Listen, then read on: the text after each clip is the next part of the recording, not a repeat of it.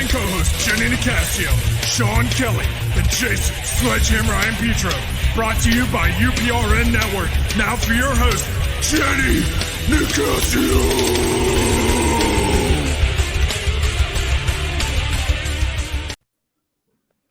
Good evening and welcome to Chasing Prophecy on FM 105.3 in New Orleans, where we discuss anything and everything beyond the scope of normal.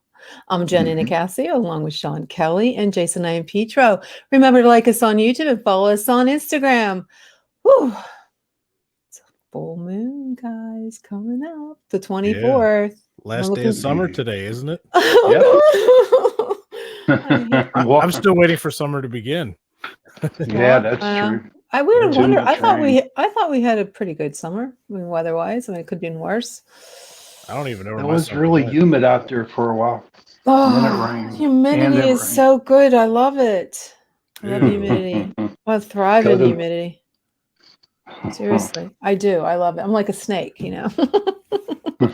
So how you been, Jen? Down to Florida. How you been? What's going on with you, Jen? Oh, geez. Let's see. I'm starting to actually write again, so I'm excited. I finished my my first, but I did myself screenplay, and I sent it out to some agents. I'm hoping somebody calls me, and I'm still waiting from the sky. I'm still waiting to find out if they're going to actually make this into a movie or not. I'm getting kind of edgy, kind of nervous. And other than that, I mean, I'm okay. I've been, looking forward to Halloween. I didn't know if it was too early to decorate yet, but I see my neighbors are. Well, there you go. I saw you guys. You decorate them? Yeah, I have a special witch that I take out every year, and I have a broom that I usually park outside. But I'm gonna rev it up. I'm gonna rev it up. Transportation for October. Yes. I'm gonna rev it up. Maybe I have to take it out and do some the combustion, all that. Little maintenance on it. I was going to take it out this Saturday for the full moon, so you never know. You might see me flying over. You'll just sweep us all away. Yeah, exactly. We'll be waiting for you. Well, somebody's got to get out there and fly over the moon. Might as well be me. Let's see. I seen you guys had a paranormal, and you had a show talk in that little tiny house. Oh my God. Oh wow! Talking about two giants in a little house. I thought it was hysterical, guys. That was more like a she-shed kind of thing. It was, but I tell you what, for how small that was, you actually got 3 beds in there. You got a bunk, and then you had a loft. You actually slept in there. Oh yeah, absolutely. Oh, yeah. They had air conditioning. Of course we were going to sleep there. And then the air conditioner wouldn't shut off, so it's freezing half to death. It's 61 degrees. Yeah, it was bad. We froze. And then I got my sleeping bag out, and then the air conditioner did shut off, and then I started getting hot and sweating. And I'm like, what the? Yeah, I would have liked to seen you guys inside it, stand up. Well, inside wasn't bad. It was that front door. Did you see that? That's Yeah, that was like a baby doll door. Well, see, Jason had his cot in the back where the big door was at, and our only way out was through that small little door. And I'm surprised Shawn had to back out. I had to back out.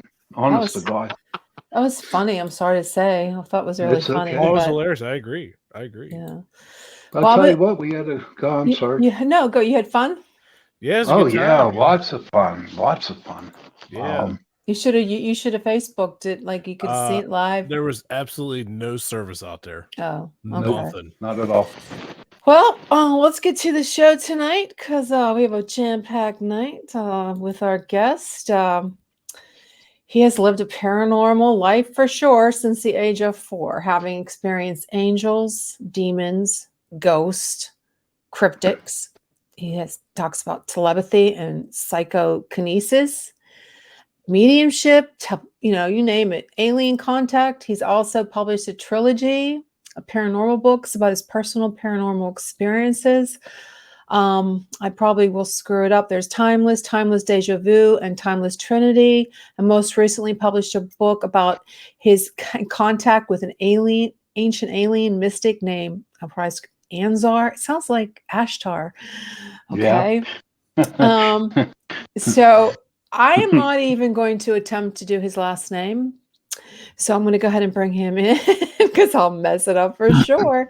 Welcome to the show, Bruce. I go ahead and pronounce your last name. Solheim. Solheim. Okay, it wasn't that Yeah. hard. It's not that hard, but I would have messed it up for sure. Hey, Bruce. I have Hey. a problem with. Hello. How y'all doing? Thanks for coming in. Oh, thanks for having me.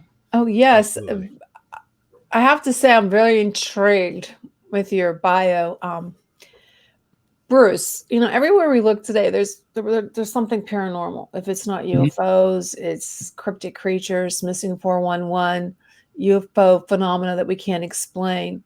I want you to tell me, because I was, I listened to the video that you posted. And what is that? I don't have it on here. I'm sorry. What is the documentary that you posted? I've been on 2 shows recently. One was Alien Encounters Declassified. Yeah, that's the one I watched. That's the one. Yeah, I was interviewed on that one, and I was actually in it, which is kind of interesting. And Yes. then the other one that's coming up the end of this month is called Unidentified with Demi Lovato, the pop star. And they interviewed me, but I don't know if I'm going to end up on the editing room floor or whatever. You never know until they actually. Yeah. So let me ask you. Okay. So what I find interesting is that you said that you claim that your first paranormal encounter was at the age of 4. Okay. Mm-hmm. Now, I am a mother. I raised 2 sons, and I remember when they were 4 and they had vivid imaginations. So how do you know it just wasn't a childhood fantasy? Yeah, no, it's a good question. And I teach a paranormal class in addition to my history classes at the college. And I always enjoy people asking questions like that because I think that's really important. That's a very natural thing to ask those questions and not just, believe people's stories wholesale or whatever.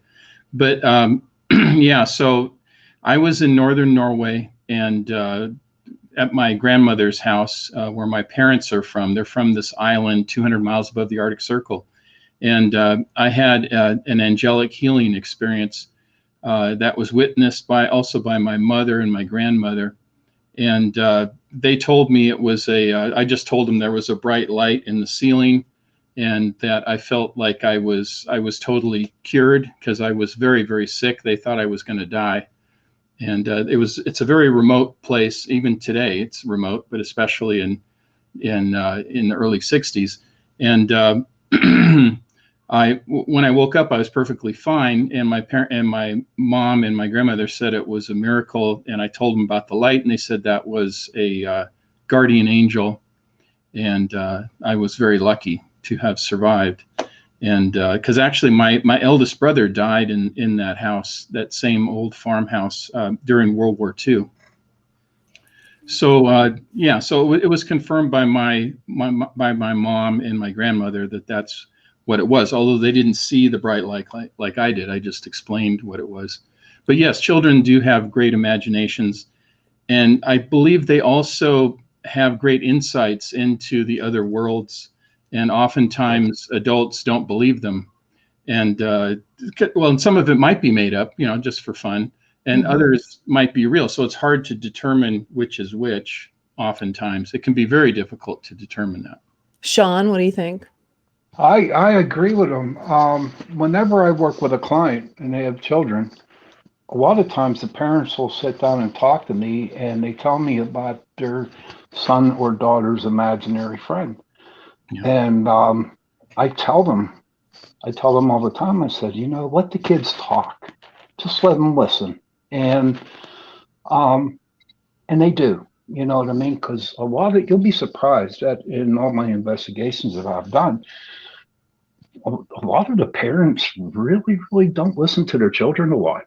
They just let them talk. They just call them crazy. You don't know what you're talking about. and it hurts when I hear that, and believe it or not, I do get angry at the parents. I said, you have to let them talk. You have to let them explain what they're talking about. Not only does it make them feel better, but also gives you an insight on the kid and what he is seeing, So that's my feeling. I don't know if you're on the same boat as I am with that, but that's what Jason, you have a new baby, but I know he's kind of young. But what do you think about that? Do you think it could be a childhood fantasy? My wife and I were just actually talking about that. A lot of times it seems like he's watching like people behind us, like spirits, because you'll see him just like look off, like he's paying attention to something, but we can't see it. And I feel like he's just like a little Energizer bunny himself, just full of energy, and he's cute. And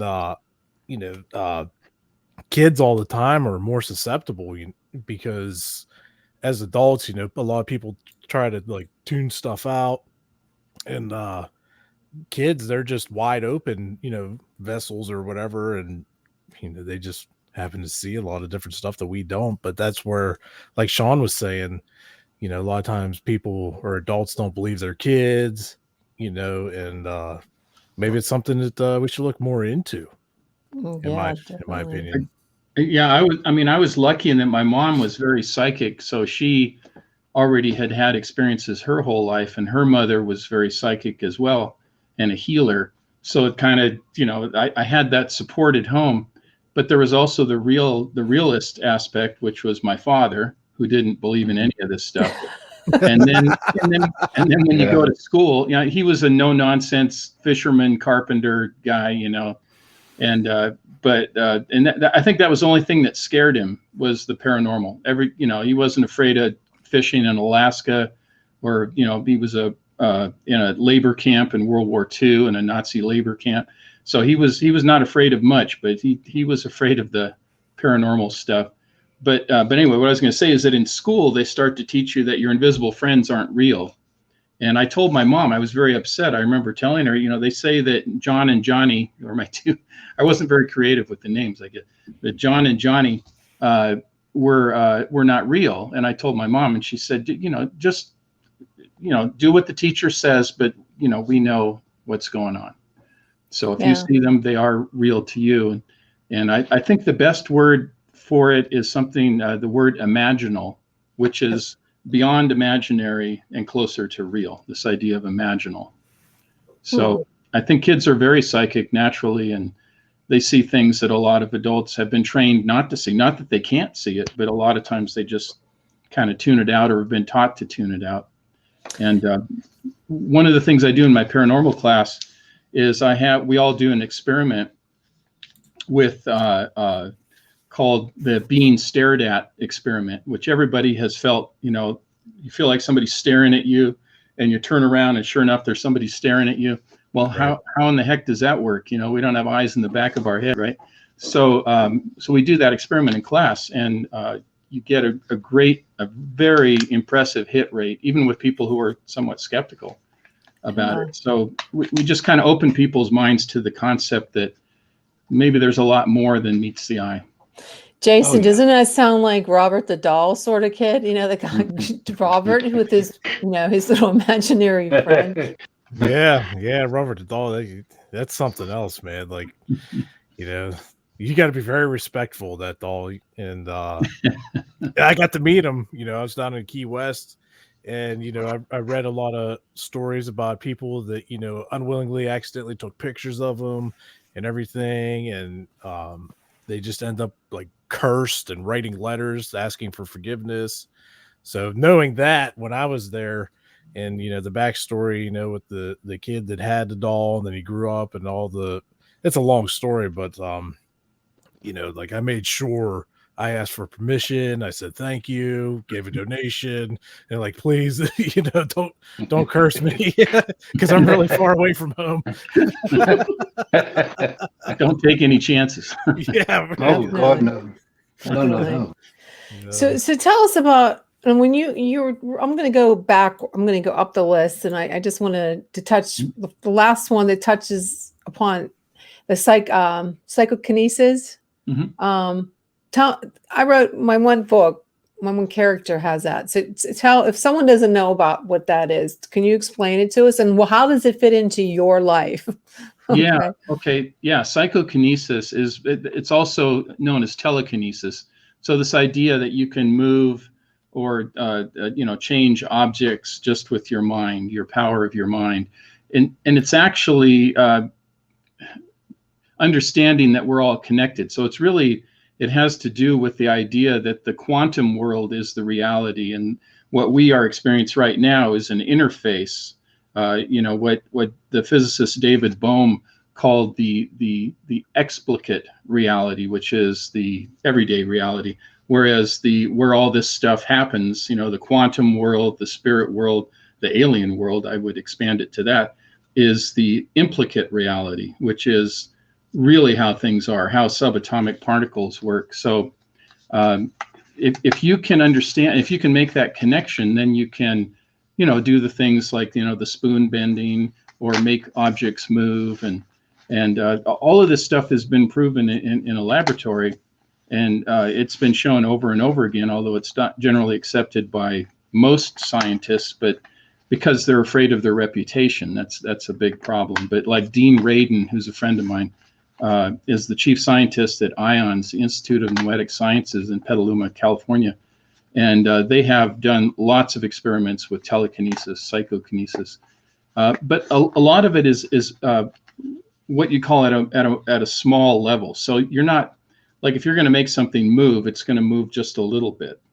And what people expect, and here's why it's not so impressive to a lot of folks, is that it's not Harry Potter magic, It's magic, but it's not, along those lines. Although there are, every once in a while, there's somebody who can do, what they call macro PK, which is to make larger things move a lot more. So it's an incredible, it's a power that we all have, but you just have to understand the connection. And it's really pretty simple. Dean Radin explains it in his book, Real Magic.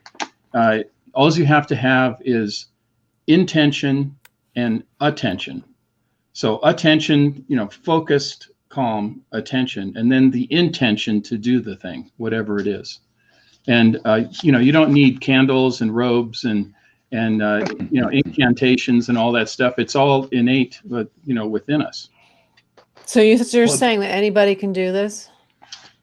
Anybody could do it if they practice enough and get to the what I said, the relaxed state, or that state of mind where you can connect to the implicate order or to the quantum world to get glimpses of it, Well, now see, for me, now this works many times, like when I'm driving at night and I get some car tailgating me, deliberately. Brake check. It's not even that. I just I imagine that his tires are going to blow up with a lot of nails that are on them. Up anger. I thought I was angry. But I tell you what, though, it's like I'm driving and I see this guy behind me so close. It's like in my mind, I'm like, back off. And it literally backs off. So I don't know if you can call that telekinesis or what, but it works. Well, after seeing you driving this past weekend, I think it's more of your driving than telekinesis. It ain't my driving. You weren't around when I was driving. So it could be a combination of sending the message to the guy, but the fact that you're having an impact on him, or maybe you're having an impact on his vehicle, or maybe both. So it could be both telepathy and telekinesis. It could be a combination. Hard to distinguish which is which, unless you're in a laboratory setting. It'd be hard to figure it out in the world. But there's many cases of things like that. But anyway, that's what PK is, psychokinesis. Also, the nickname is PK. PK. There's a really interesting book by Jeffrey Mishlove called The PK Man. Came out many years ago, but it was about one of these people that comes around every couple hundred years that can do the macro PK. But you would think it would be awesome to have that power, but it basically destroyed this guy because he couldn't get he ended up being kind of a nut job, because he had this ability to do these things. And he wanted the military and the government to pay attention to him, and they thought he was too out of control. So he ultimately ended up, dying at a pretty young age. I think he just kind of, I don't know if he imploded or whatever, but the idea that he just destroyed himself, it's kind of a Shakespearean tale in a way. We have a comment from Steve Grave in the chat. He said, there's a lot of evidence that intention can affect the outcome of quantum random number generators. I don't understand what that means. What's that mean? Yeah. So like, like when you have a random number generator, supposedly, or it can happen, they've shown it in laboratory experiments, that you can impact the outcome of those random number generators. Which you wouldn't think would be possible, but it is possible. It's been shown in experiments. So that's anyway. That's what that's about. So I have a go ahead, question Jason. for you, Bruce. Yeah. So I had a personal experience, and you're very knowledgeable in this, so I figured I'd ask you. My son, he's 16 months old now, and when he was 6, 7, 8 months old, everywhere me and him were together, lights would start flickering.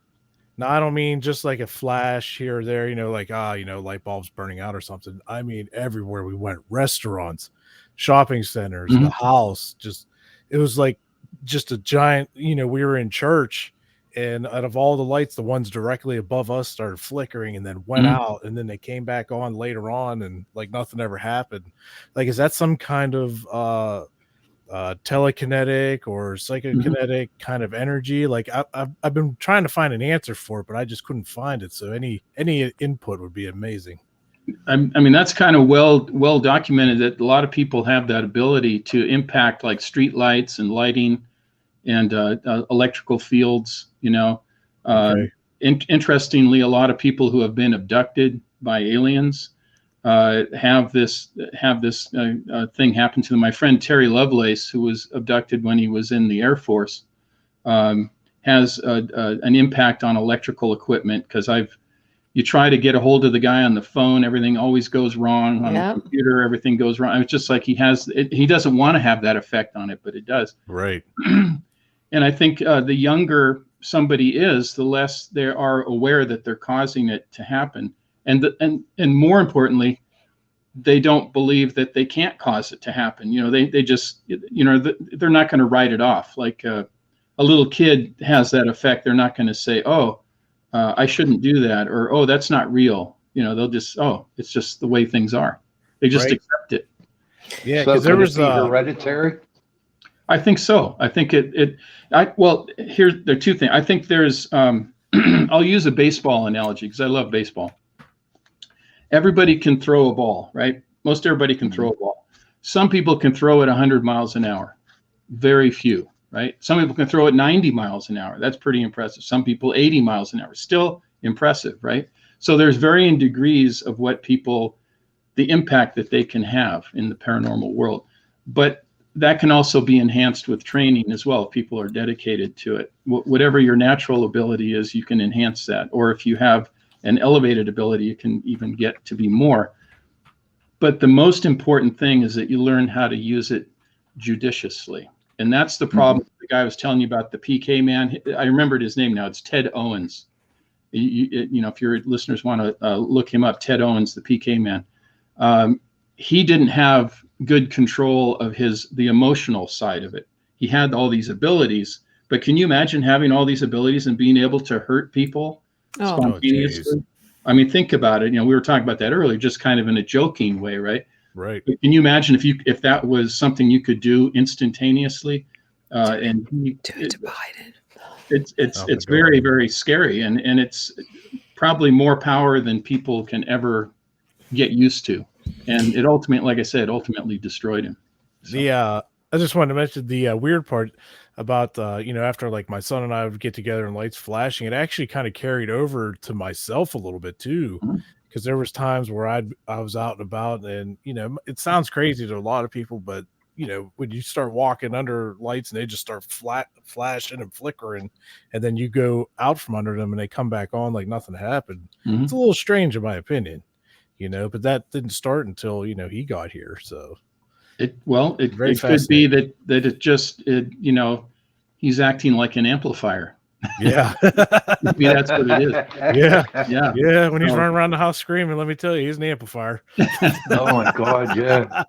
And a lot of poltergeists, and not to scare you with poltergeist stuff, but a lot of that is attributed to young people in the house, young kids in the house. Right. So causing a lot, or attracting a lot of this. Yeah. Right. Yes, a lot of clients that I've gone and helped out, most of the time. Now, I don't want to be rude or sound like a pervert here, but I know that when a young woman starts going over into womanhood, Mhm. okay, when their body changes, that's where a lot of poltergeists are going at. The energy that they release by that, and I got a story to tell you on that. We did one up in Johnstown, PA, and so the client called me up and told me all this stuff is happening, things are breaking, things are flying off the wall, all that nonsense. And so as I sat down and I talked to her, I got more information about it. And at the time, her niece would come over on the weekends, and she was 13, 14 years old. So the days that she spent there on the weekend, that's when all this crap would happen.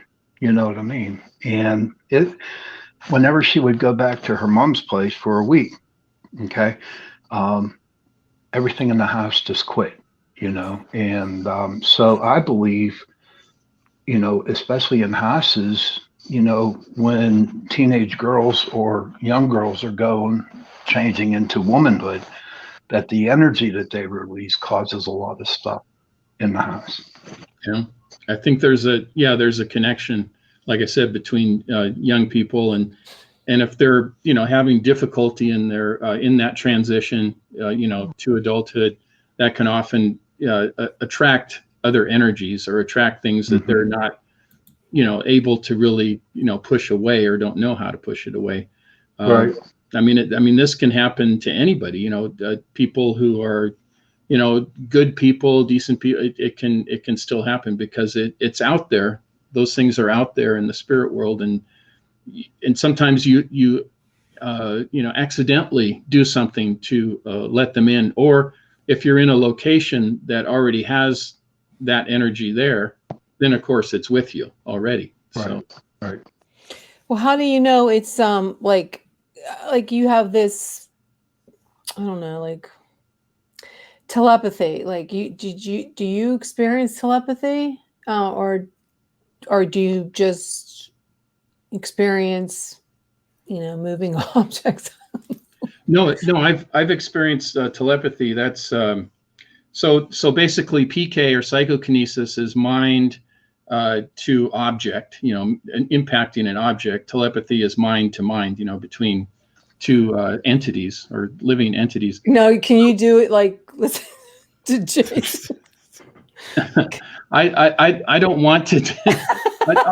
I'll put it this way. What am I thinking? Could you tell what I'm thinking? No, it's not that simple. It's really not what people are thinking. It's what their intentions are. You can pick up on their intentions, and well, is that really considered to be telepathic?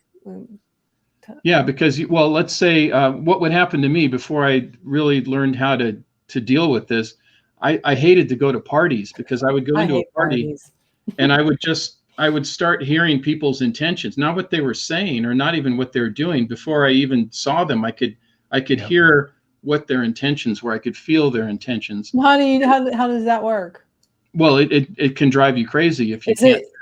There was a character on True Blood, Sookie Stackhouse. She could feel everybody's. Did you watch that, Jason? Yeah. You hear everybody, whatever they're, Yeah. Well, Bruce, wouldn't you consider that being an empath? No, that's not an empath. I don't think. Well, if he's feel on other people's feelings and intentions, yeah. Yeah, so that is empathic. Telepathy, that would be like what my mom and I used to do with cards. So like if you, like what we would do is we would get a deck of playing cards, and then she would send, she would hold a card and then send me the information, and then I would pick up, oh, that's the King of Hearts. And we would get a hit rate that was way greater than 50%. I mean, much greater than 50, not perfect, but greater than 50%, which is way beyond chance. Right? Isn't that the same thing as all the ESP cards that they, am I seeing a star? Yes, all the different symbols. Yeah, being able to see it in your mind that somebody else is sending. Yeah, so that's telepathy. And my mom and I used to do that, and then my dad would walk in and see us doing it, and he'd tell us to put the cards away. Oh, geez. And then my mom would put the cards away because she didn't want to make Dad upset, and then she'd wink at me, So I knew that I knew it was real. I mean, I knew it was happening right in front of me. We were doing that. So if I put a card here, can you figure it out what it is? We can do an experiment. Think you can do it? Oh man.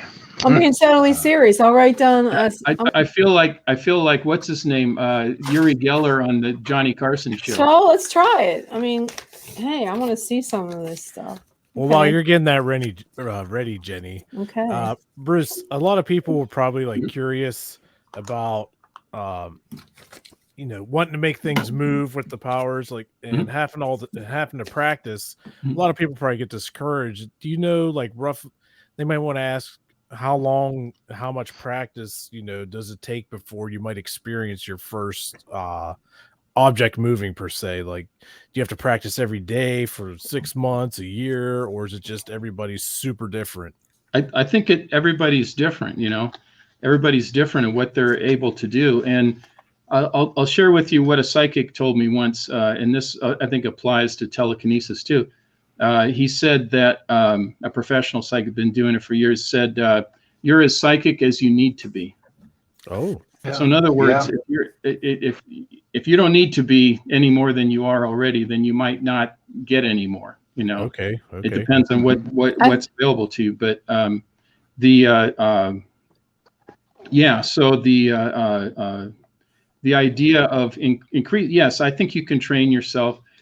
But there's also the idea, and this is also in Dean Radin's book, he talks about, intention and attention, but he also warns a person, if you're doing something that impacts another person's free will, then that will come back on you. That's going to harm you.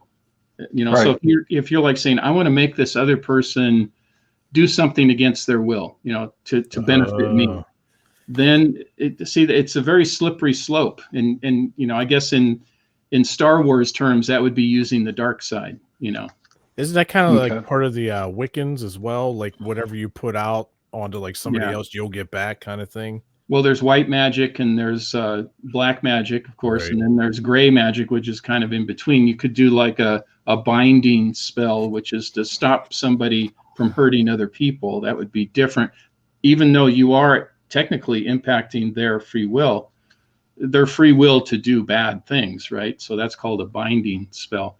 So these things are possible, but they're not it's not like Harry Potter magic, So why you keep saying Harry Potter? I'm a very big Harry Potter fan.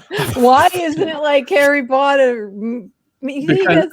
Because that's made for theatrical release. That's a movie, so they're gonna make things very sensational, when in reality it's the reality of magic is much more in a micro level. I can't pull a rabbit out of my hat. Well, if you were a stage magician, you probably could. Okay. I didn't forget about the ESP test. So I have one. I wrote down something. I'm going to tell you. You have to choose between a star, a square, a circle, or it's like oblong. So what do I have here?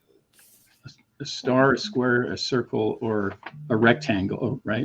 Yeah, a rectangle. Or a parallelogram, or something. I don't know. I'm not really prepared. Just do it. What's that? Just take a chance. I will, but I need to, hold it up without showing me what it is. And are you concentrating on what it is? No, okay, I'll start concentrating. Yeah, I'm not hearing anything. So.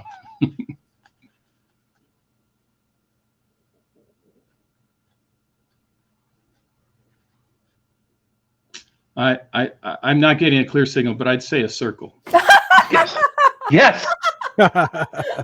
Yes, I called it too. I wouldn't call it that good of a circle, but it's sort of called it too. I would almost it looks like an egg. Yeah, I almost said egg. Yeah. Yeah, you did. I called I'm not that the best too, man. artist, okay? But you did it. Okay. Cool. All right. Okay, I trust you. Yeah. Now, can you do psychic readings? I need one. No, I'm teasing. Oh, here we go. No, we don't. There we go. I'm it's something you teasing. really. You're gonna get tired in 2 hours. No, actually, I'm on a new thyroid medicine. It's I get T3 along with my T4, and I think it actually works. T8000. It's just a little bit of T3, but I think it works. You got the Terminator. No. Terminator. That's rude. Yeah. No, don't make it fun. So, Bruce, have you worked with a lot of children? What's that? Have you worked with a lot of children? I've had a lot of children. I have four kids, and I have 2 grandkids. But I'm a teacher, so I teach. But I teach community college. So I haven't, as my everyday job. No, I don't work. I work with young adults, but not children. Okay. And do they just join? Do they just sign up for your class to like just to have an elective, or are there some in there that really want to know what's happening? Oh, okay. Oh, so my day job is I teach history, U.S. history, Vietnam War, Okay. World War II. So that's my training. That's my bread and butter. And then the college allowed me, which I couldn't believe it. They allowed me to also in the evening. I haven't taught it since the pandemic, but a paranormal personal history class, which is a community-based class. So it's not for credit. So the people who take the class pay to take it, but they don't get college credit for it, which makes it kind of fun. There's no exams or quizzes or pressure of any kind. And also the type of student I get very young people, like maybe 17, 18 years old. And I got a lady who was in her 80s in the same class. Men and women, all races, all ethnicities. Some were skeptics, which is kind of cool. Some were professional psychics that wanted to take the class too. But they all shared one thing in common. They wanted a safe place to talk about their experiences. Right. Right. And that's what drew them all together. And the first time I offered it, I was shocked. Well, I was shocked the college let me teach it, for one thing, because it had to go through the president, the board of trustees. And these are not willy-nilly decision makers. These are people who are worried about the reputation of the college and all that. But anyway, so they allowed me to teach it. First class I taught, 35 people signed up of all ages. And it was such an awesome class. And I offered it for about 2 years before the pandemic shut us down. Okay. And I had people taking the class over and over again, that they just love the camaraderie and their freedom to express themselves and be themselves and not feel, weird by telling their stories. And excuse me, let me get a drink of water. But that's the main reason they take the class. I didn't even know that when I started the class. I had this whole curriculum planned out. I had readings. We were going to do experiments like you were doing there, Jenny. We were going to do things like that. And then had guest speakers lined up like Dean Radin, whom I talked about. And then I found out really what they want to do is tell me their stories and tell each other. Great. Yeah. So I had to quickly, that's what you do when you teach. You have to quickly adapt to your students, how they're going to learn. So we had to take a certain amount of time every class period, every time we got together, for them to tell their stories. And then like if somebody had a ghost story, then I would talk about apparitions and how this might work and what some of the experimental data is and, things like that. So I worked it into what I was going to do anyway, but allowed them to tell their stories. So anyway, that's, that's what I do with that. So it's separate from my day job. Okay. Yeah.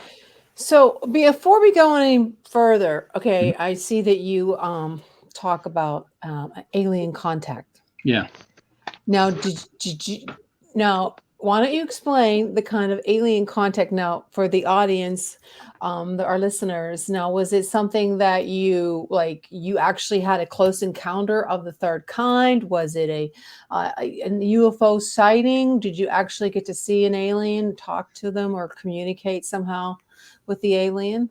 All of the above. Oh, yeah. Good. Okay. Yeah, Cool. yeah. So, and this, I love what's when funny talk. is that when I first started writing these paranormal books, and I didn't decide to do that until 2016. So not that long ago, just 5 years ago. And I was always afraid to tell my stories, even my ghost stories, because I thought that I wouldn't be taken seriously as an academic, as a professor. And so I was afraid my colleagues would, disown me, and the college would fire me and all that, which is a common thing with academics. They're afraid to talk about this stuff. But in 2016, a friend of mine passed away in September, and in October, I had a vision. He came to me in a vision. And when I say a vision, I mean, it's like we're talking, although he is, a spirit, obviously in spirit. So he doesn't look like we do, wholly formed. He's more of a, like a hologram or holographic image. And that's how I best describe it. But he told me that it was time to tell my stories. And I told him, hey, I'm afraid I could lose my job. And he said, don't worry about it. He said, it'll be okay. And he even gave me the name of the book. He said, you should call it Timeless, because he said, where I am, there's no past, there's no future. It's all the eternal now. We are timeless. And that's what encouraged me to start writing my books. And I had collected all my stories. I just had never published them. And I started publishing them. Before I knew it, I had 3 books out, 89 different paranormal experiences, including alien stuff. But I started off slow. My first book, I just talked about ghosts and, apparitions and telekinesis and telepathy and stuff. I didn't talk about the alien stuff. And then the second book, I think I mentioned a little bit about it. And then the third book, a lot more. And then this fourth book, which is not part of the Timeless trilogy, but it's standalone book, Anzar the Progenitor. That's all it's about, is one particular ancient alien mystic who has been in my life since I was at least 6 years old. And so I'm no longer afraid of talking about it. And I know it, for some people, it causes a lot of eye rolling and, oh yeah, that's, but then when you think about it, look how things are changing. The government is a lot more, I'm not going to say forthcoming, but they've recognized in their own way, they've recognized this idea of what they call UAPs, or, because they don't want to use the term UFO, right? Because it's loaded. So they call it a UAP, unidentified aerial phenomena. Yeah. But they came out with that report a couple months ago. And now, just recently, they are now making the UAP task force into a permanent office as part of the Department of Defense. Oh, wow. They just passed it in a budgetary bill that just came out. So they are taking this very seriously, although they're not saying there's little green men or whatever. They're just saying, we don't know what these things are. We don't think, we're not quite sure. It could be enemy stuff. It could be some other. They always say other. They never say alien, right? So that's code word for alien, and but they're taking it very seriously, and that's the official stuff. Unofficially, and I've been privy to a couple of conversations, people that are, and I'm not going to mention their names because they didn't want their names released, but they'll go much farther in private talking about this stuff. And these are people that have worked for the government.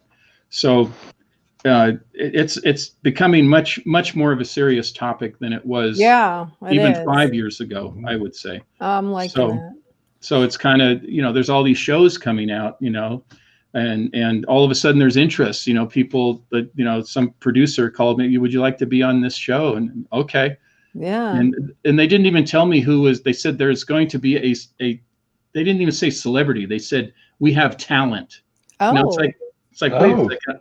Everybody has a talent, Yeah. They said, no, we have a talent. They want to keep it secret, huh? Yeah, they have to keep it secret, keep it secret, keep it safe, right? So So tell me about Anzar. I mean, because I know we've talked to a guest who said I want to see if it's the same guy because the names are almost the same. She called his guy Ashtar.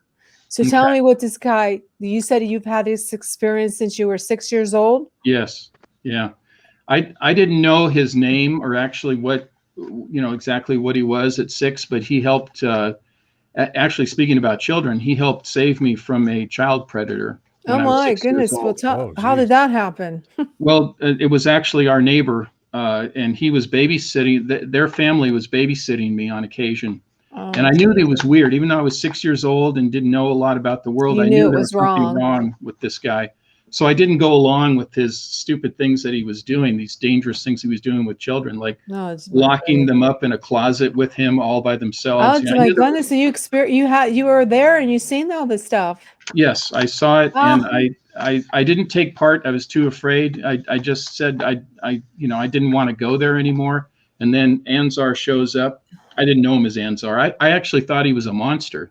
Yeah, I would say so. He sounds like a monster to me. And then I said, "You look like a monster," and he said, "No, the real monster is in the house up above your house. That's the real monster. I might look like one, but he's the real monster." And that guy just looked like a normal person, which most child predators do look like a normal person.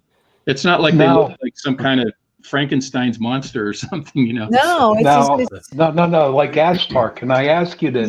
Yeah. Was he in blue and white hair? He has different appearances. The first time he looked pretty much like a very tall alien, upside down, teardrop shaped head, large slanted eyes, wearing a robe.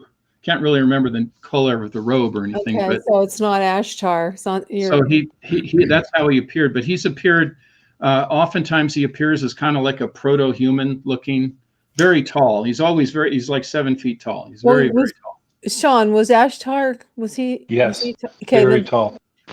Jason, he was handsome, right? They said he had long blonde white hair, and this guy was very handsome, but sounds like the same guy. I don't know who you're thinking about, Jenny. I would describe, I wouldn't describe Anzar as handsome, but maybe ruggedly. So I don't know. Well, no, he was. I think Ashtar was rugged. Okay. He was muscular. Yeah. And I've actually had was Ashtar, to be honest with you. Yeah, I just got that feeling. What you had? What did you say, Shawn? I missed that. I had somebody, I belong to this organization called CERO, Close Encounter Resource Organization. And anyway, I was at a meeting and I asked Anzar, who I'm in communication with, whenever I do a spirit walk, which is a couple times a week, I do a spirit walk and get into a meditative state as I walk up towards the mountains in a very special place here where I live in Southern California. And I asked Anzar, would you be willing to come to the CERO meeting? Because it's all these UFO alien people, right? And he said, sure. And so at the meeting, after the meeting was over, I asked, did anybody see anybody with me? And everybody there knew I didn't mean like, some guy that I just brought with me, but, some kind of entity. And nobody really said anything except for one lady named Lucy. And Lucy said, yeah, who's the big native looking dude behind you? And she said native as in Native American. He has this kind of proto-human look, And I said, that's Anzar. And she said, yeah, he's been there the whole time. I've just been trying to not concentrate on him, but there he is. And when I said his name was Anzar, she says, no way. And I said, yeah, that's his name. And then she said, come here. And I came over to her and she took out her wallet and she had a driver's license. And the street she lived on was Via de Anzar. Hey, baby. Oh, wow. The way to Anzar, which means in Spanish, the way to Anzar. And she is she's a shamanic practitioner in the Native American tradition. So she has Native American blood. So that's how she saw him. And that's most of the time when I see him, how he looks. So I even had corroboration. I had her write the foreword to the book as somebody who, a credible person who works in the aerospace industry. She's an engineer. And anyway, she wrote the foreword based on that experience. She wrote it in a very humorous way. She's a very funny lady. But anyway, so that so I've been in contact with him, and I talk to him a couple times a week when I do these spirit walks. When I say a spirit walk, a lot of people do meditation by sitting down or whatever, on a pillow or something. I can't do that. I got to move. So I'm walking up towards the mountains, and there's a specific route I take. And I know that it was the same route that Native Americans took because I've seen imagery of Native Americans taking this route up towards the mountains, the San Gabriel Mountains. And there's like this long 3/4 mile stretch of road with a wash next to it, where would be a natural river when it's the rainy season, right? And and at the base of this road is a Masonic temple. Oh, wow. The Masons don't build their temples just anywhere because they do a lot of ritual magic. So they build them where it's the most advantageous to do so. So it's not surprising they built it right at the base of this road where I start my spirit walk. Well, it's during that spirit walk that I go into a meditative state. I have my phone and I record everything that I hear. It's not that I hear spirits in the phone. I mean, you don't hear their voices in the phone, but I record what I hear and what I ask them. And the reason I do that is because I don't remember after I've done this spirit walk. I don't often remember what has just happened. So, so I have to record it. And then when I get home, I transcribe it. So right now I have over 300 pages of transcribed notes from the last 3 years that I've been doing these spirit walks, which includes all my communication with Anzar. Have you ever even just take a gander or a look to see, maybe pick one time that you went and put the words together to get something that might sound interesting? Oh yeah. I mean, he tells me, a lot of what he says is what he wants to prepare me for what's to come. So now some people might call that a prediction or a prophecy, but he is always very careful. And he says that predictions can be wrong, but preparations are never wrong. So because there's free will and there's other variables, he always talks about that. So he says this likely could happen. So when the first UAP report came out to Congress, he told me that the government, our government, and not just our government, but other governments too, are focusing on this in the wrong way. They're looking at it as a threat when it's actually an opportunity for humanity. And I'll tell you his exact words. He said, extraterrestrial technology and wisdom are precious gifts for all, not a strategic advantage for the few. So that's the part that we don't understand. Our government doesn't understand, and not just our government, but I'm sure the Russians and the Chinese are trying to get a leg up on UAP technology, right? They want to, as one friend of mine who's former FBI, if there is such a thing as former FBI, I think he's just retired FBI, right? He told me that what the government's looking to do is try to figure out how to strap a bomb to this technology so they can gain a strategic advantage. And that's not going to happen. That's not going to be allowed to happen from what I've been told. So I always hear something very, interesting and helpful and informative. Sometimes it's more personal on a personal level, or more pedestrian, like things that are just happening in my life or whatever. But oftentimes it has, global or at least national implications, what he tells me. I have to make a little quick pause here to thank our sponsor for tonight. And our first hour is sponsored Trigger by... warning. The Ohio Hauntings and Paranormal podcast is not for the faint of heart. This episode may contain adult language, It is sexual a content, teaser and graphic for depictions of our violence of first all hour, sorts. sponsored As such, Ohio this Haunting podcast is for mature Legends and audiences Podcasts. only. Viewer discretion is advised. Like I said, our first hour is sponsored by the Ohio Haunting Legends, and they will take you where thousands of haunted locations, unexplained paranormal, campfire stories, supernatural happenings, and legends from all over Ohio's 88 counties that have stained by the pages of Ohio's history. The stories are haunted our society, and many of them are going to scare you. So remember, the Ohio Hauntings and Legends podcast. Just want to shout that out, and they will tell you. And I don't know what's going on with the mic. Others are legends or hearsay. Believe those that choose or believe in none. It's up to you to choose.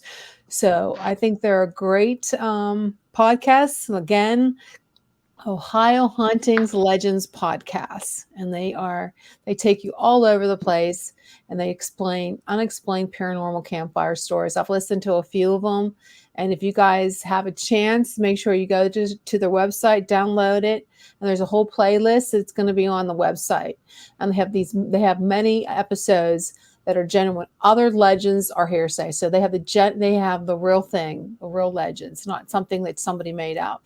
So if you, Shawn, Jason, and Bruce, if you get a chance in our audience, Joni out there, you will love it. I mean, they are really good. And I just want to shout out to them. Okay, guys, go ahead. Continue onward, boys. And thanks again, you wonderful podcast. Thank you. Oh, they'll scare you, but go ahead. I'm sorry. Yeah, I was just going to say my two eldest sons live in Ohio. Oh, really? Yeah. Well, you know what? I want to get them on. I want to get them on the show. I think they're great. Like I said, it's not a brand new podcast. They've been around, but I like the fact that they have the Ohio Hauntings and Legends, and I mean, there's a lot of them. I mean, to make a whole weekly show on it has to be great, and the way they do it is really cool. I like the way they actually act it out, sort of, but I would recommend it. So if you get a chance. So we had a good question in the comments. Here's one. It's for Bruce. How does his historical knowledge interact with paranormal knowledge?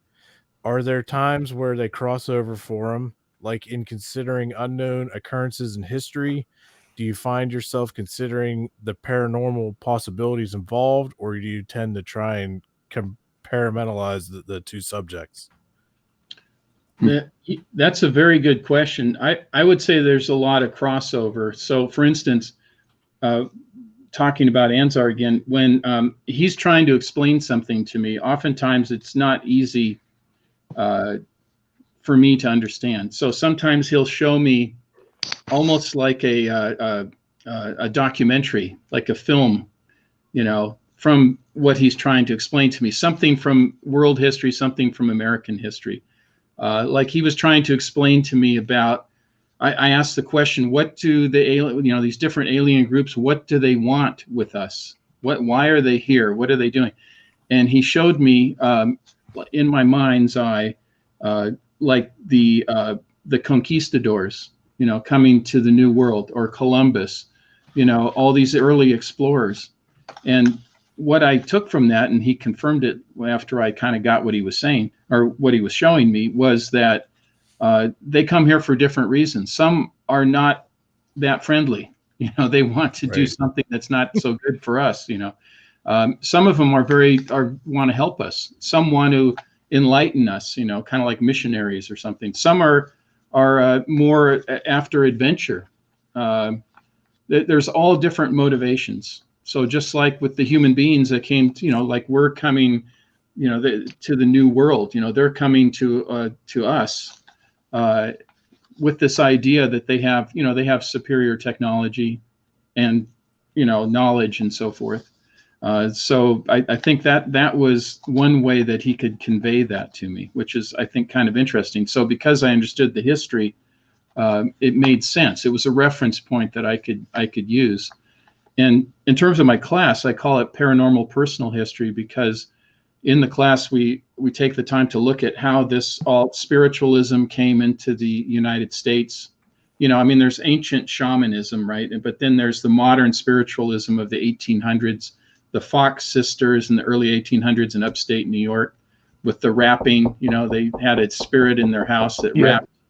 And then you had, the people that came after them, and spiritualist societies, and like newspapers in the 1800s were mostly about paranormal stuff.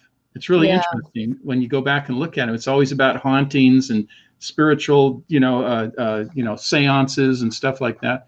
And it was really quite interesting. And then it kind of fell to the wayside a little bit, I think, with the turn of the century into 1900 in the 20th century. And but then it made a comeback, and it's making a strong comeback right now.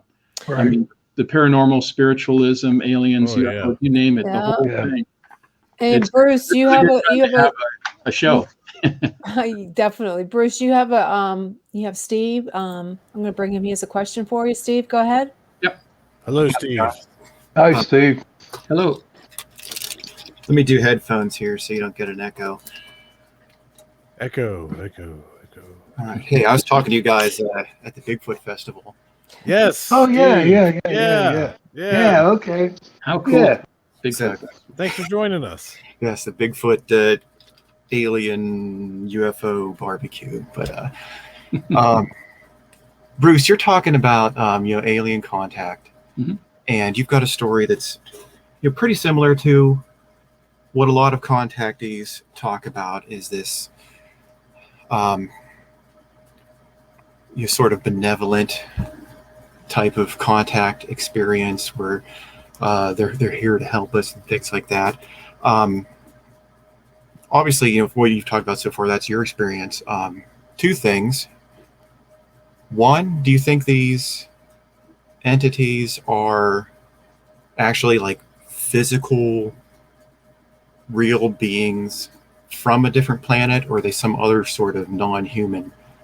And are there more than just these benevolent type of entities? Yeah, well, okay. I'll go back to those are good questions. I'll go back to my theory that I think how all this stuff works. I think that the alien world, the spirit world, and the quantum world are all really the same thing. I think they're all the same thing. They operate in the same realm. So like when ghosts, when people talk about ghosts, apparitions, they appear out of nowhere and then they disappear through walls or windows or whatever. The same thing when people report alien experiences. They appear out of nowhere. They vibrate into our reality. As a physicist friend of mine explained it, they vibrate into our reality and then they can vibrate out and they can take you with them as well. So yes, they are physical in the sense that, but they operate in a different realm. They can come into our world and we can see what we need to see, But I think just to say they're purely physical would be just like I don't think we're purely physical. I think we're spiritual beings as well. But we see, in the explicit reality that we have, we see the flesh and bones when there's really much more to us than that, especially when people pass on and their flesh and bones is in a coffin somewhere. And like my friend Gene was a spiritual being that I spoke to in the spirit world. So, and in terms of benevolence, some of these alien entities are not so nice. In fact, a lot of my friend Terry Lovelace, who the guy I talked about before, that was abducted in 1977 when he was in the Air Force, along with another airman. They were camping in Arkansas somewhere at Devil's Den, which is a perfect name for a terrible thing to happen, right? Devil's Den. Never stayed at that place.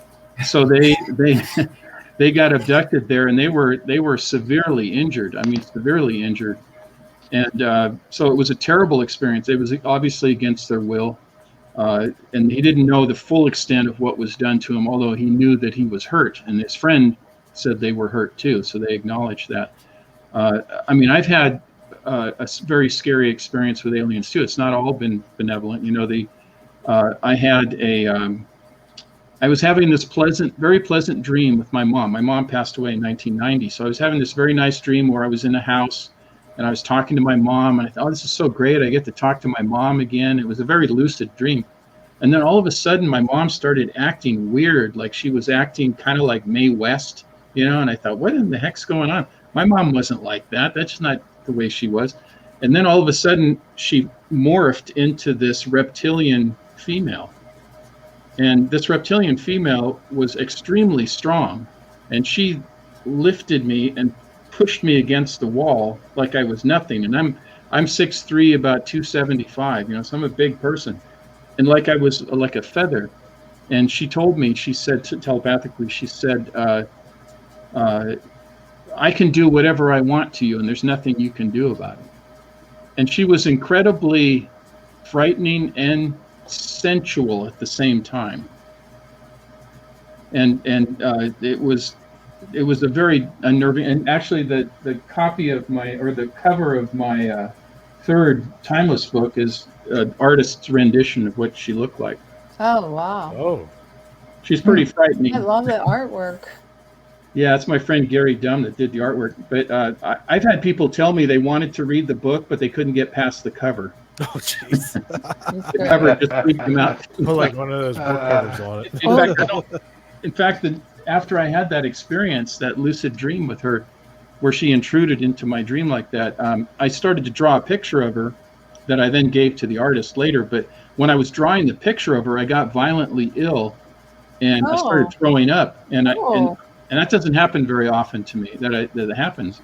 So, you know, I was throwing up. Finally, I felt better, and then I was fine. I didn't get sick after that. It was just the process of putting to paper her image, and then I gave it to my friend who's an artist to you know, come up with. I have a question for you on that one. This guy that excuse me, Shawn. Thanks, Steve, for coming on. Thanks, Dave. Thanks, buddy. Thank you. And one more second, if you have any questions, I posted a link so you can get on. Can you still hear me, guys? That's awesome. Yeah, I can hear you. Okay. Go ahead, Shawn. I'm sorry. Oh, it's okay. So this reptilian came to you, right? Now, the guy that you hang out with when you go and you get a lot of answers from Asma, how come he never came and helped you out with that? Is he not supposed to step in and help? Well, if I needed him to, in this case, it was a warning from the reptilians. And I couldn't figure out exactly why, you know, because I started before this happened. There were several nights where I would just see a flash of a reptilian face, and I thought that's kind of weird. What's going on here? And then I had another lucid dream before this where I was. And I saw a friend of mine who I thought it was a friend of mine down. We lived kind of up on a hill a little bit, and down on the road, I saw him, and I thought it was him. He was wearing a hat and sunglasses and an overcoat, and I thought it was our friend Bobby, who's kind of a little guy, and he's part Filipino, part Mexican, so a little darker skin, and I thought it was him. And then I waved to him, "Hey, Bobby, how you doing?" And all of a sudden, this thing looked at me. And I saw it was a reptilian face. It was a darker skin, and it wasn't Bobby. It was a very frightening looking person. Why do you think the reptilians are after you? Or well, I don't know if they're after me. I think they're just letting me know of their presence. And the only thing I could think of the connection was that I was in the process of publishing my first comic book. And the reptilians are the bad guys in that comic book. Maybe they don't like it. Maybe they might not know what a comic book is. You know? Yeah, definitely. You have another question from another caller, Nina. Hey, Nina. Hi, can you guys hear me? Hello. Yeah. Yes, Nina. You have a question for Bruce? I do. It's kind of a twofold question. So the first part is, I know we kind of were just getting onto that subject matter, but in your opinion, it seems like a lot of times whenever people are having experiences, it's very personal. It's very one-on-one with them. So in your opinion, why do you think that it is that they choose certain people to have this communication more of a one-on-one with? And it seems like it can be relatively often. And it just seems like there's so many different variations of, one story versus a personal relationship almost. So I guess the first one is, in your opinion, why do you think that they do pick and choose certain people for different degrees of communication? Yeah, that's a really good question. Whitley Strieber, who wrote the book Communion, among other books, talks about that he calls them the visitors. He doesn't even call them aliens. He says that when they see us in our world, there's certain people who have an indicator. He calls it a glow, and that's the people they go for because they know they can reach you more easily. And I think it has to do with psychic abilities, maybe your experiences. It's easier for them to reach you and impact you than it is other people who just deny the existence of the afterworld or the alien world or the spirit world. So it's much easier to make that contact. So they're going to, follow the path of least resistance in that case. And they know that they're probably going to be able to communicate with you, both if it's a benevolent reason or, a less than benevolent or malevolent reason. So I think that's part of it. I call it my radar dish. Like when I walk around, I got to make sure that I don't have that up, because then I'm going to get all kinds of information that I don't want. Yep. And I'm not prepared for it. So when I take my spirit walk, I go through a lot of prayers. I go through a procedure. I get protection before and I'm very specific about, like, I have 2 spirit guides that help me. They're kind of like, the way I look at them is kind of like bouncers in a club. They're not going to let just anybody in, just who I want to let in. And I put the radar dish up, and then I got protection. But if you don't have that protection, you put the radar dish up, you're open to whatever's out there. And that could be good, and it could be not so good. I think most of what is out there is probably not bad, but could still be harmful in a different way, in that there are a lot of spirits out there. I mean, there's spirits all around us right now. I mean, they're like a couple feet away from us all the time. But you don't always sense it unless you put up that radar dish or you want to communicate. And they're not, they don't necessarily have a bad intention, but they really, when they know that they can contact you, so they're not going to waste their time on some other guy that doesn't believe in it, doesn't listen to them, doesn't care. They're going to go to you, and that's who they're going to talk to. Now, that doesn't make me any more special than anybody else. It just happens to be what everybody has I guess a talent or a hidden talent or something, I mean, that's just the way it is. And it's easier for them to contact us. So I think that's why they do. And once they do, and once they establish that relationship, and you invite the relationship, as I have with Anzar, then the relationship continues. Okay. And I guess it kind of feeds into the second part of the question. And mind you, this seems to be the question that nobody can answer, because, I mean, why would we know? But,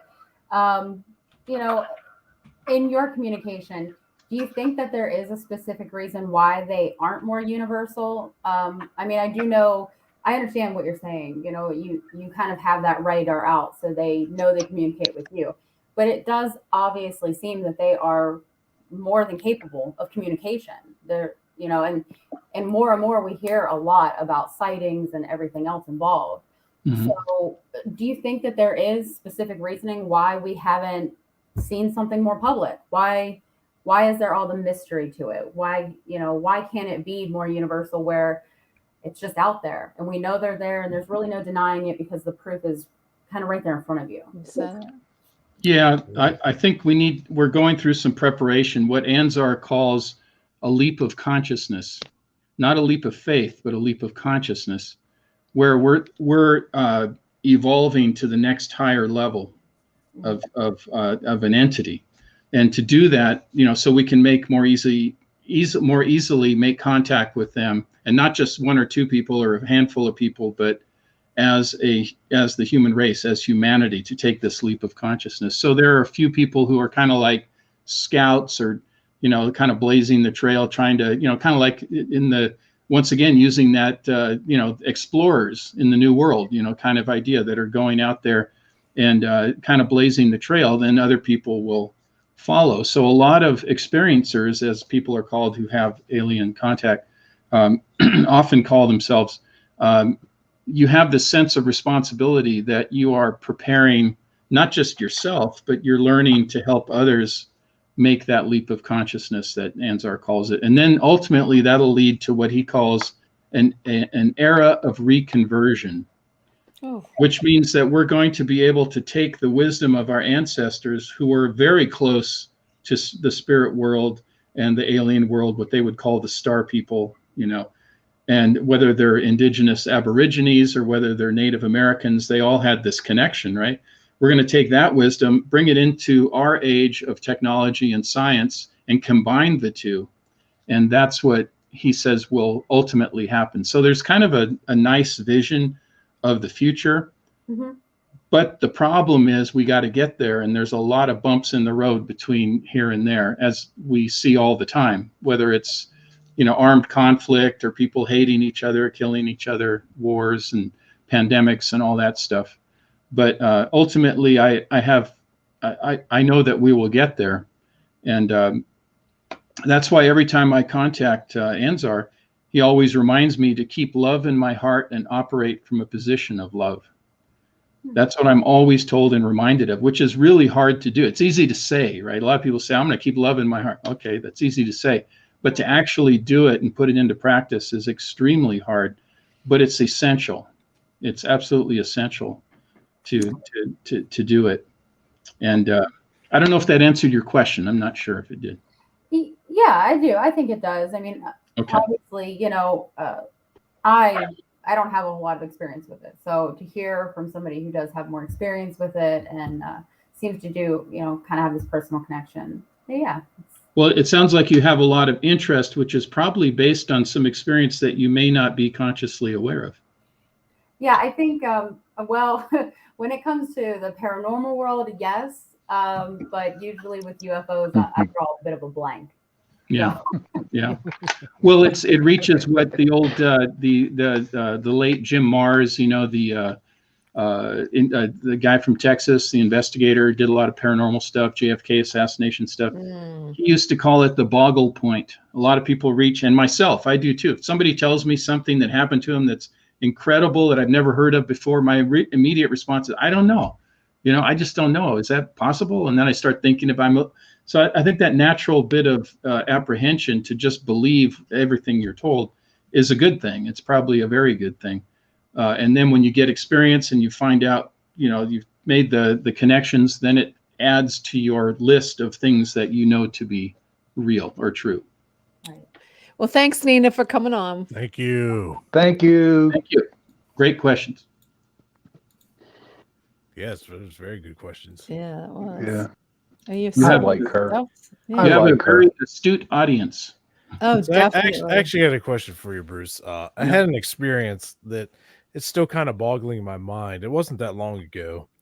So I was just falling asleep, like just barely asleep, and I heard this voice that said, wake up, they're here now. And at the same time that I heard this and I jumped up out of bed, I could hear all these footsteps in like the hall right outside the bedroom. Now, what do you think that might be a paranormal thing, or like what? I'm just trying to figure out how or why or what would tell me that and what it's supposed to mean. And then at the same time hearing like the footsteps kind of thing. Like it's still, you know, I'm not sure how to decipher that, you know. Yeah, it's hard to say without more information, but it could have been, you know, some kind of spiritual kind of stuff, you know, or it could have been alien or some combination, you know, because like I said, they operate in the same realm. Right. Like when I asked my friend Gene, who's in the spirit realm, I said, tell me something about aliens. And, you know, I thought, oh, that's a great question for him. He should know. He's in the spirit world, right? And he said, listen, he said, we are the aliens. Yeah. I believe that. That's pretty cool. I asked for an explanation. What do you mean? Like you, like Gene and all the others who have passed away in spirit, you guys are the aliens? And he said, no, you don't understand. We are all the aliens. So in other words, we're all connected. Right. The aliens are really us. These are we are connected to them. That's what Anzar has told me too, that we are connected. That this is more of a reunion than anything else. And maybe they only want to take us so far. I think it was, you know, the late John Mack, who was the psychiatrist at Harvard, right? Mm-hmm. He's passed away, but he wrote several books. And one of his clients, he asked the client about, his client had asked the alien contact that she had, why all the secrecy, why all this stuff, you know, and the alien told her, this Dr. Mack's client, we want you to believe in us, but not too much. So there's kind of that element, because when you think about it, I'm very lucky in that my wife Ginger, she's very practical. She's very smart, very intuitive, but very practical. So I'll tell her all these remarkable things. Oh, I was just on this spirit walk and I talked to these ghosts, these spirits, and I talked to Anzar, and she goes, "That's really great." She's very supportive. Oh, that's great. And then she said, "But can you help me? Go out in the back. We need to dig some holes and plant some, plants." And so I physically have to remove myself from that ethereal world and come back to earth. I got to keep both feet on the ground. I can't be just living in. If she was a professional psychic or something, who knows? You'd just always be up there in that ethereal world. So I think it's important to be grounded. So I really understand that, what the alien told the client of John Max, that they want you to believe in us, but not too much. You have to live the life during, our whole life is not, I'm not on a paranormal show all the time.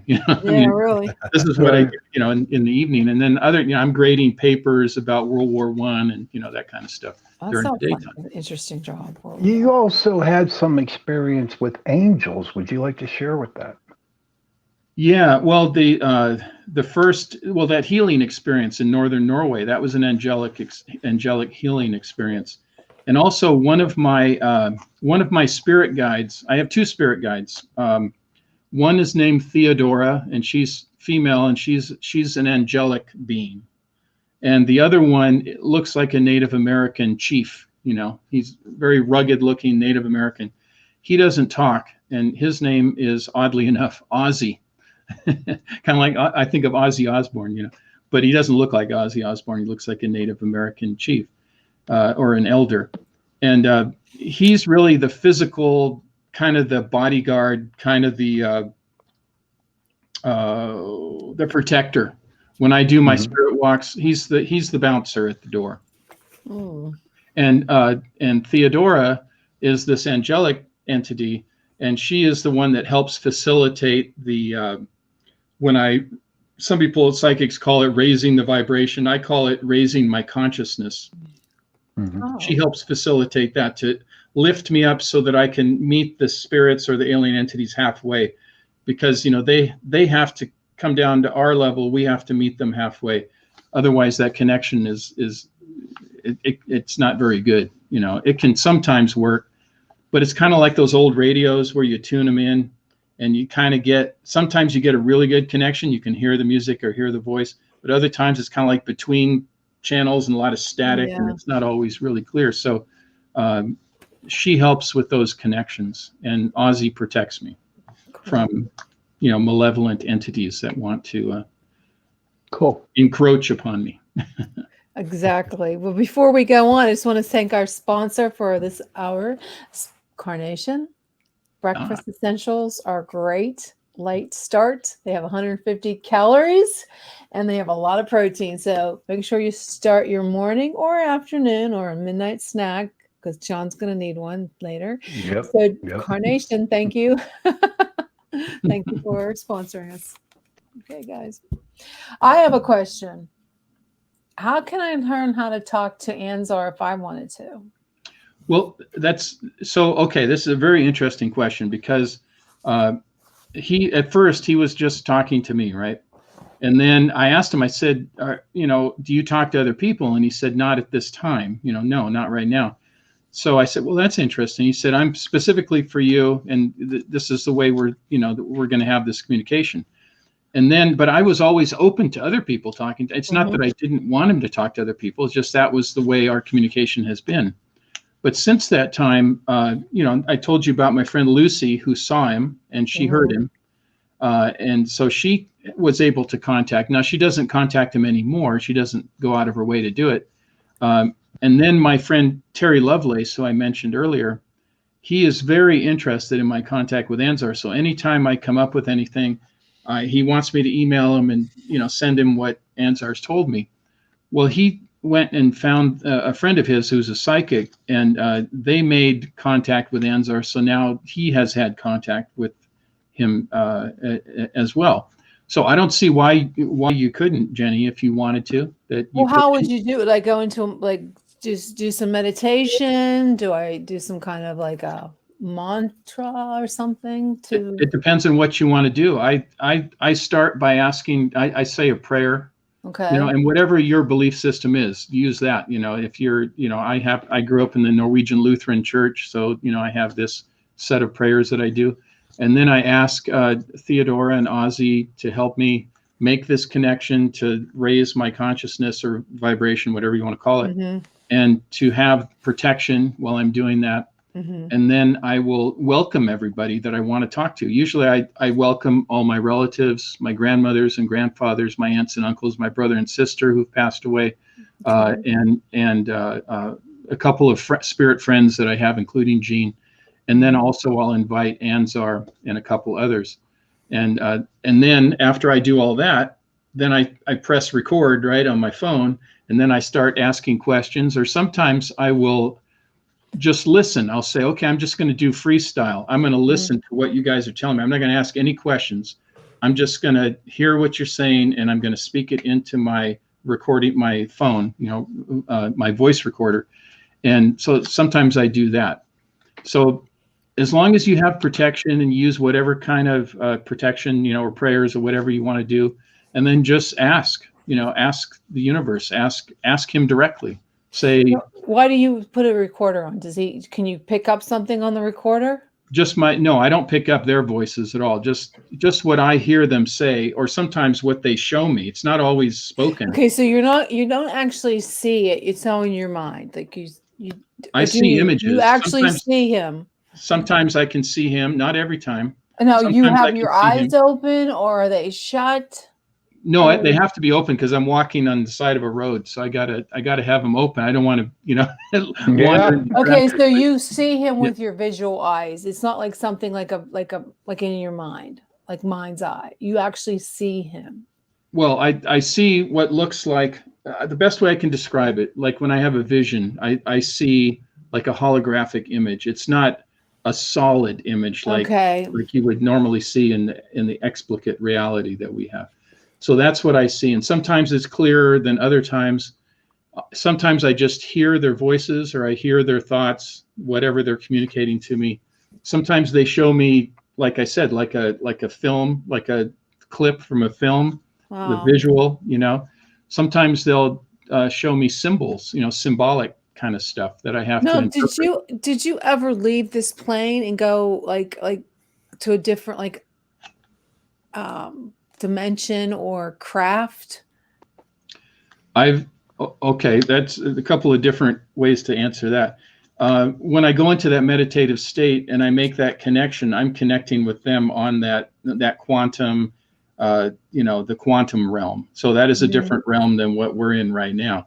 So that's why I have to record what I'm saying and what I'm hearing, because the first few times I did it, I thought, man, this is great. And then I was done, and okay. And then what did they just tell me? I forgot what they just said, because I was in a different, I was in that meditative state, so I couldn't remember. That's why I started recording, so I didn't miss out on this information.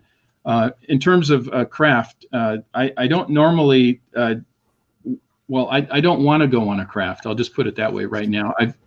I have been on one in a previous experience that I didn't talk to you guys about, but in 1973, it was a very classic experience where I was taken up into a craft. And so I don't request that. Well, you don't. Wasn't it a pleasant experience? It was pretty frightening, although ultimately it ended up being a good experience. That's where I met and I've seen this guy too a couple times, an insectoid who looks like a cross between a Jerusalem cricket and a praying mantis, which is pretty frightening. Oh yeah. And he was a doctor. I call him Dr. Bug. And he was a doctor. He was like a regular doctor. He was like, well, yeah, not one you'd choose as part of your HMO, I don't think. He would not be that. He wouldn't be the guy you would choose if you wanted to have a doctor of your choice. But he was there, and he wasn't torturing me, but he didn't have very good bedside manner. Although he did admonish a couple of the little gray guys who had put this like a harness device on my head, like a that was a nightmare, wasn't it? And he told them to take it off because it was hurting me. It was all done telepathically. And then I asked, what is all this about? What are you doing? And he told me, you're here for special processing. So what I have determined is that there was a special reason they wanted me. You know, maybe it was to prepare me for the life I'm leading now. I don't exactly know all of it, but I think how long ago was that? You said that was in 1973. 1973. Yeah. So I was 15. You were quite young. Yeah, 15. Yeah. And did he abduct you from your bedroom, or was it somewhere else, like in a wilderness? I was in my bedroom. Yeah, he took me right out of my bed. Yeah, that's around the same time as Travis Walton was abducted. In 73. It was around the same time. I'm not sure. The 70s were pretty active time because I had another experience in 77 and then yet another one in 78. You weren't doing any kind of like drugs or any like LSD or anything. This no. Total. Okay. Yeah. No, I wasn't doing any drugs or anything. There's a lot of alien abductions at that time. A lot of them in fact, my friend Terry Lovelace, his experience was in 77, the same year I had, I had a dual experience with, I was on a road trip driving to Salt Lake City. My friend and I call him Ernie in my book because he wanted me to change his name. We went from Seattle, we made it to Black Pine Peak in the wilderness in Idaho. And it was pitch dark and we were trying to find a campground, couldn't find, so we just parked on the side of a road.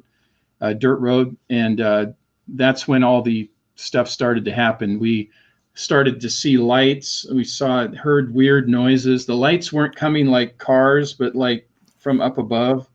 And I felt like there was people or entities or something outside of the car.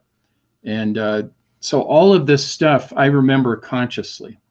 And then I just I blanked out. I didn't know what else had happened. And I did a hypnotic regression with this lady named Yvonne Smith, and I was able to fill out the rest of the story. And so what I found out was that my friend and I, these were alien entities. I was able to describe them more clearly, what they look like. This was a craft. I wasn't taken in that experience, but my friend Ernie was. He was taken. So what's interesting, so I pieced it all together, and then I called my friend Ernie and I said, Ernie, I want to talk to you about our experience. And I didn't start off with the alien stuff. I just started, what do you remember about our trip? And he explained everything. Oh yeah, we pulled off side of the road. There was these weird lights. It seemed like there were people outside. I felt like I was drugged. I don't really remember much beyond that.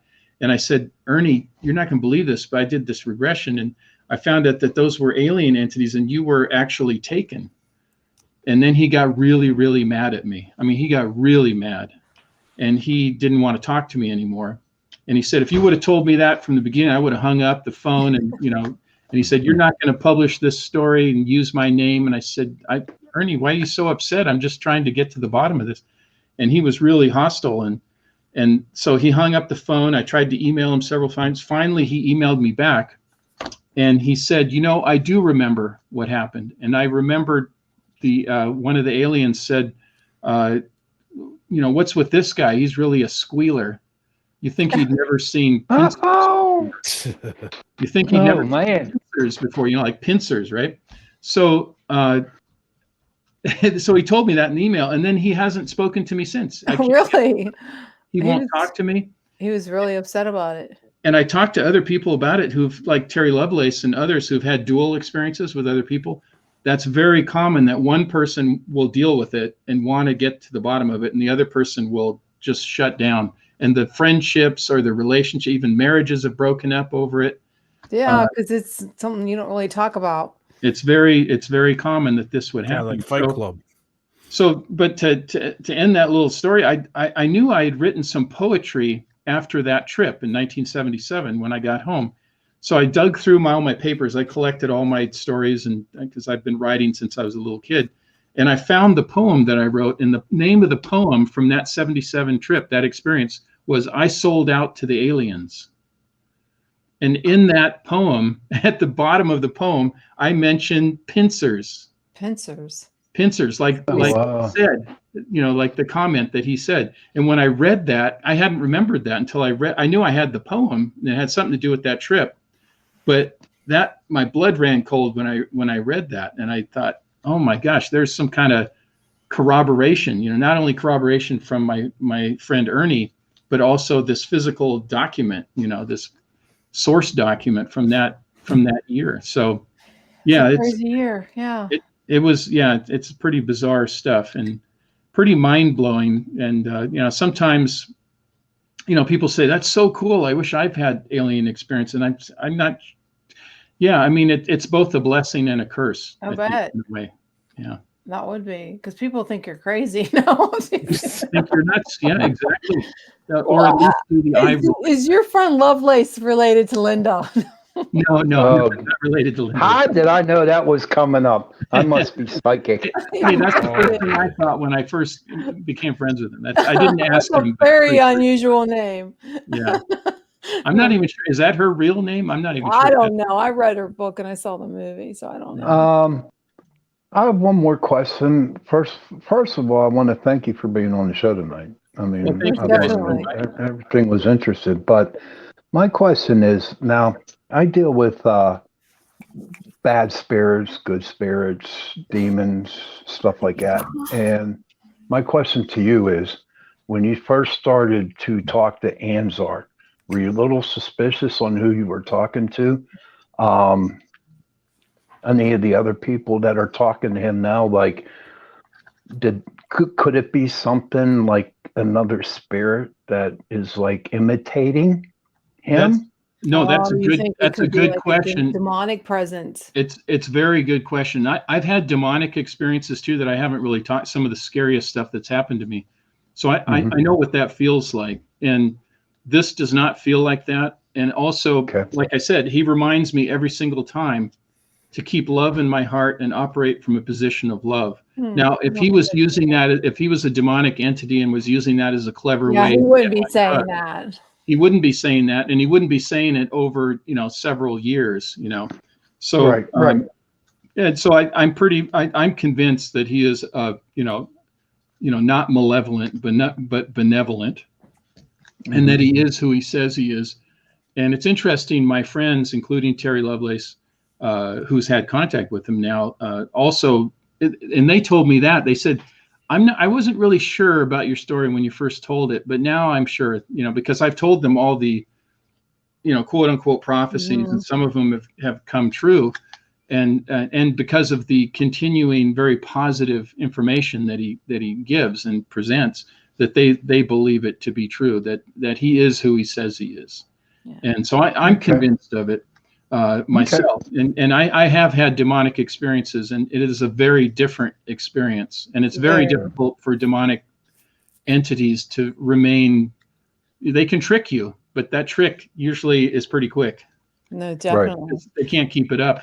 It kills them. I think it literally kills them. I mean, it diminishes their power, when they. You were an amazing guest. I'm so glad we had you on the show. Well, thank you very much. We talk more, but thank you. I want to know, like, where can we get a whole, like, if someone wants to buy your books, learn more about you? Yeah, my website has everything on it, BruceOLAVSolheim.com. So my full name, no spaces in there. Or you can get my books, look up Solheim, Bruce OLAV Solheim on Amazon. All my books are there. One of my comic books is there too, which is also about aliens. So now, did you illustrate yourself? No, the illustrator who I showed you that picture of the reptilian. Yeah, Gary Dumm, who's been illustrating since the 70s comic books. I got him to illustrate my comic books for me. So I write them, I design them, and then he does the artwork for it. So that's awesome. So that's where you can find me, and people. I love people contacting me. My contact email is on there on my website, and I love to answer questions, help people out. Hopefully they are interested in the books, So just I just always end things by saying what Anzar always tells me to keep love in your heart and operate from a position of love. Namaste. Thank you. Thank you so much for being on the show. Yes, You have thank a you. good night. Thank you, guys. I enjoyed it very much. We did too. I enjoyed your food. All right. That was great. Yeah, it was Hey. good show. Good show. Good show. Good show. Yeah, very informative.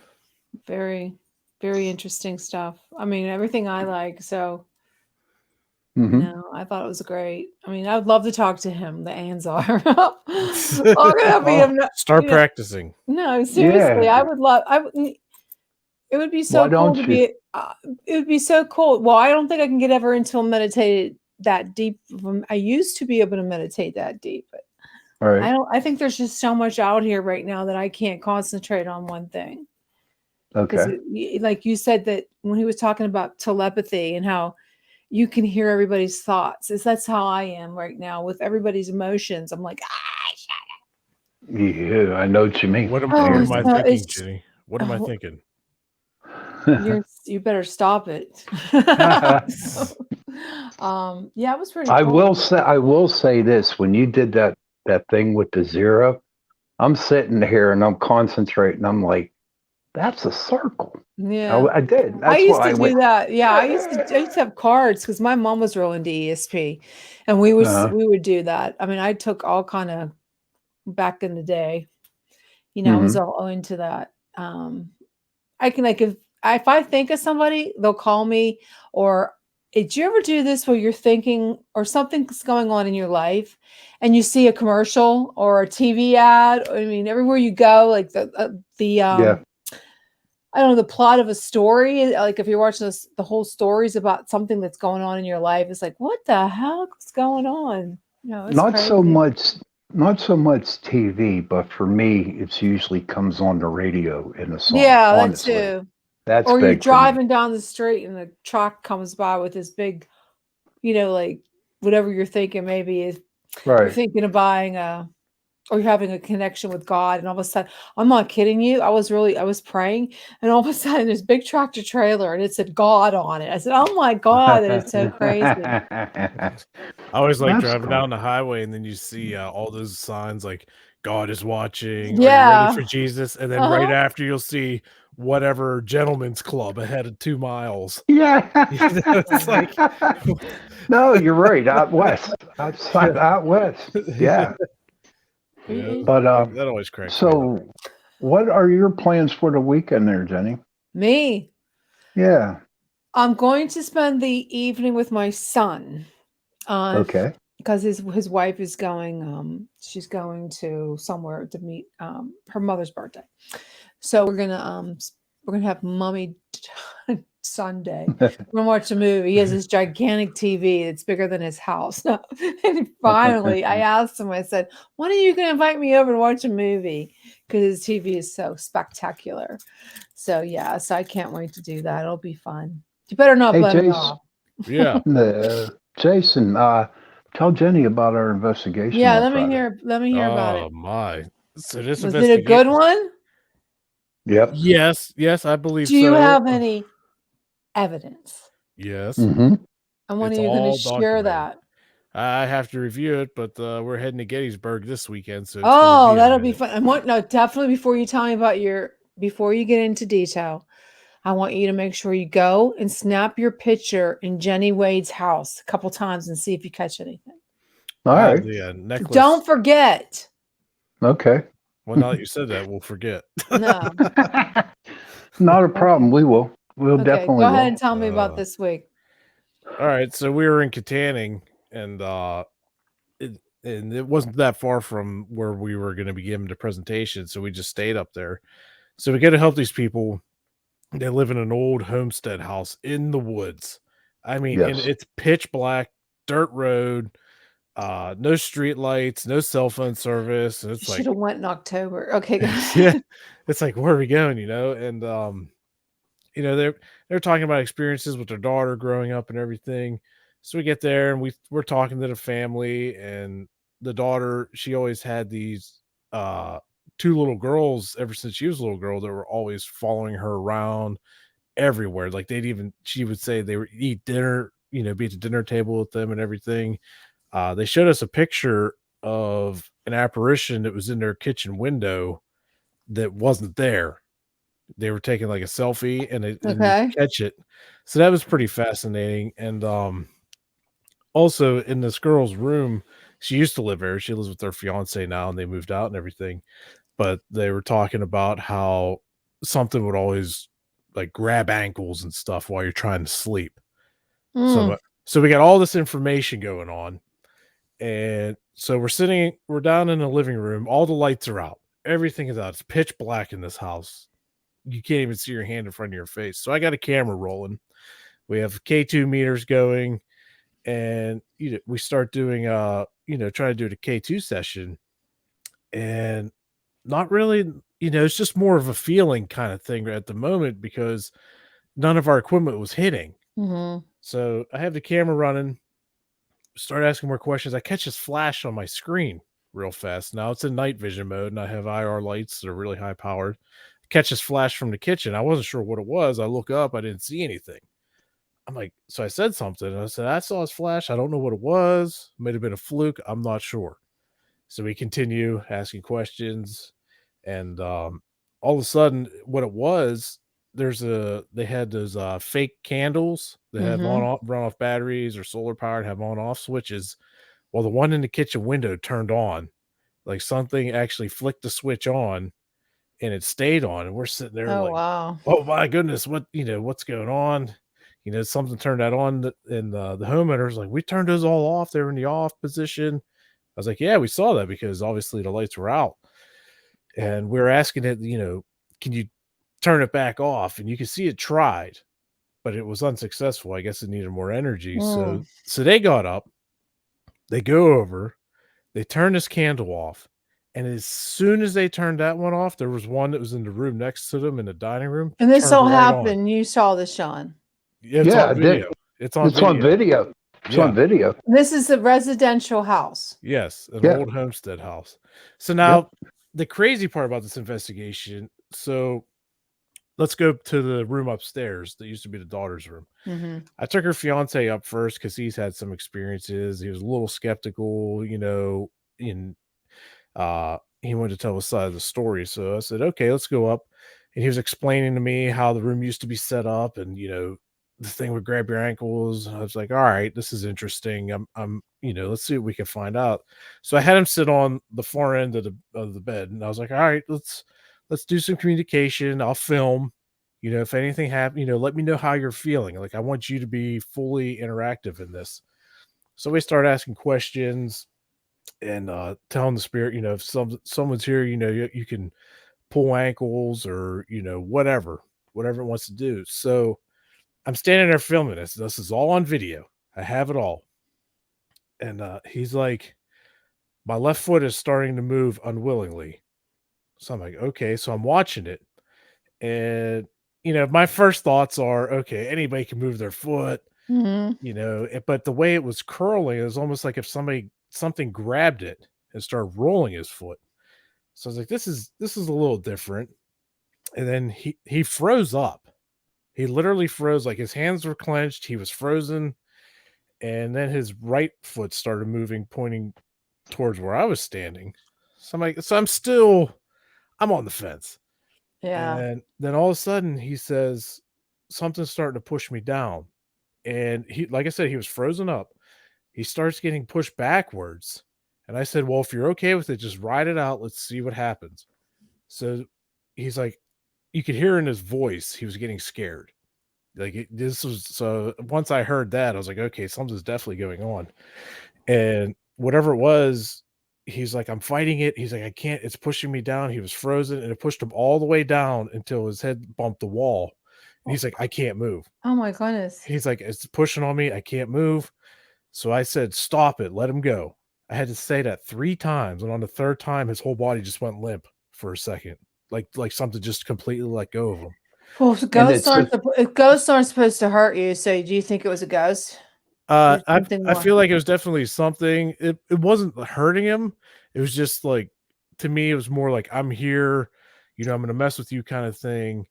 But so there's a couple more parts to this. So after that, I said, okay, I'm going to sit down next to you. I'm going to film. I'm going to see if anything happens to me, because I told him, I said, you're more afraid of it. I'm not, so chance, it's going to be more, you're going to be more susceptible. So I'm sitting there and I'm like, if anybody's here, now I'm sitting on the bed and my feet are dangling probably this far from the floor. Okay. I got boots on and everything.